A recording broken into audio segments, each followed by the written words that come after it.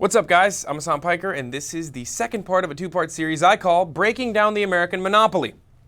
Now, we talked about monopolies and oligopolies, and oligopoly is a state of limited competition in which a market is shared by a small number of producers or sellers. It's similar to a monopoly, but with multiple providers colluding to corner a market rather than just one. The laptop computer market is dominated by companies like HP, Dell, and Apple, and the majority of mobile phones are produced by Apple, Samsung, and LG. You also see this type of thing in the market for cars, air travel, movies, candy, and game consoles. And just like monopolies, oligopolies are a drag on the optimal performance of markets because they impede new businesses from entering the market while providing consumers with fewer purchasing options. Does this sound a little familiar to you? Remember the word oligopoly next time your Wi-Fi speeds are throttled by TWC for no apparent reason, and how few other options you have if you want to change ISPs. Now, this doesn't really seem fair. But can government regulators do anything to intervene on your behalf? Well, yes, they can, thanks to legislation we refer to as antitrust laws. Now, antitrust laws promote or seek to maintain market competition by restricting individual companies from securing monopolies. When properly enforced, these laws help maintain a competitive marketplace where prices are determined by supply and demand rather than by a single company controlling a market and setting higher prices that consumers are forced to pay. Antitrust laws also keep the market open to new businesses by limiting artificial barriers of entry erected by industry leaders. So where do antitrust laws come from anyway?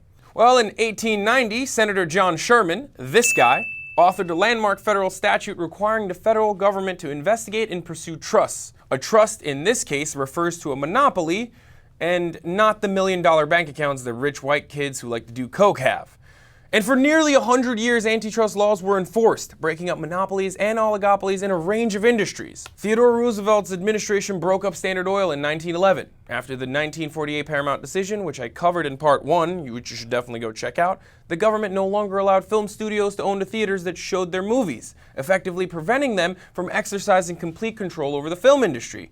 We even broke up AT&T in the 80s and then regulated Microsoft when they owned the majority of the PC market and tried to force Internet Explorer on all devices. Think about that. Without government regulation, we would all be forced to use Internet Explorer. I can't think of anything worse than that, to be honest. Well, I probably can. And I will actually talk about that. Now, these were all instances where companies sought to prevent competition by vertically or horizontally expanding, which harmed consumers. But you might be thinking, well, these aren't the old days where Carnegies and the Rockefellers were controlling monopolies and oligopolies. They don't exist anymore in our society, right? Wrong. Wrong, I say. You're wrong, but I don't blame you for it.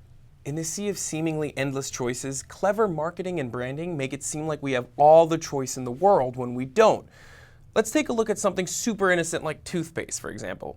Sure, there are hundreds of different toothpaste in the grocery store aisle, but the majority of them are owned by just two brands, Procter & Gamble and Colgate-Palmolive. And as long as these two companies don't own the majority of supply of resources that go into making toothpaste and erect an artificial barrier of entry, or buy out or cut deals to prevent drugstores from carrying newer brands, they aren't necessarily engaging in illegal business practices. But does that really mean that consumers aren't negatively impacted in the process?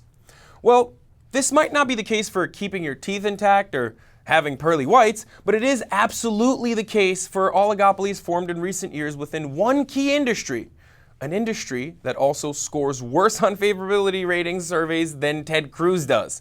And honestly, nobody likes Ted Cruz, like not even his daughter likes him. I'm of course referring to airlines and their notoriously low ratings on the American Customer Satisfaction Index. Now, to be fair, the airline industry is prone to monopolization due to its natural barriers of entry, similar to like waste management or power. Because buying a fleet of planes requires a lot of capital up front, just like building a waste management facility would, or a nuclear power plant would, which causes natural monopolization within those industries. And this is precisely why airlines should face stricter government regulation in order to protect the consumers. But airlines do take full advantage of the lack of regulation. Have you ever thought about why, as domestic airlines rapidly monopolize, and you hear about this in the news when an airline buys another one through a mega merger, prices also seem to increase at rates much faster than inflation? And this number doesn't even take into account the free amenities that are now considered payable add-ons like luggage fees. Well, according to a comprehensive study by the Associated Press, increasing prices in airfare are directly linked to mega mergers within the U.S. airline industry that have reduced 9 large U.S. airlines to 4. And those airlines are American, United, Delta, and Southwest. And now, at 40 of the 100 largest US airports, a single airline controls a majority of the market. And that's scary, especially when you consider that the AP study concluded that collusion allows airlines to frequently upsell customers, overbook flights, charge exorbitant fees for simple things like changing flights or essentials like checking in luggage. These things were all free back in the day, and they're not anymore.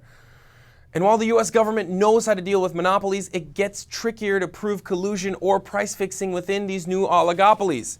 There are several reasons why the federal government has scaled back its pursuit of antitrust suits and allowed mega mergers to happen. One reason is that it's very hard to prove collusion. There's much debate around whether corporations should be penalized for parallel pricing or not, but then unless an airline agrees to set fixed prices in backroom deals and the government can demonstrate harm to consumers, it's very hard to regulate. As any college Republican with an economics textbook can tell you, within oligopolies, the reason prices remain close to one another can be explained by the natural workings of the market, which would also prove that the airfares we pay are as low as possible.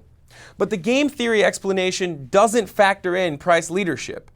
The US airlines made more than $3 billion in 2014 just from cancellation and change fees. Just from that.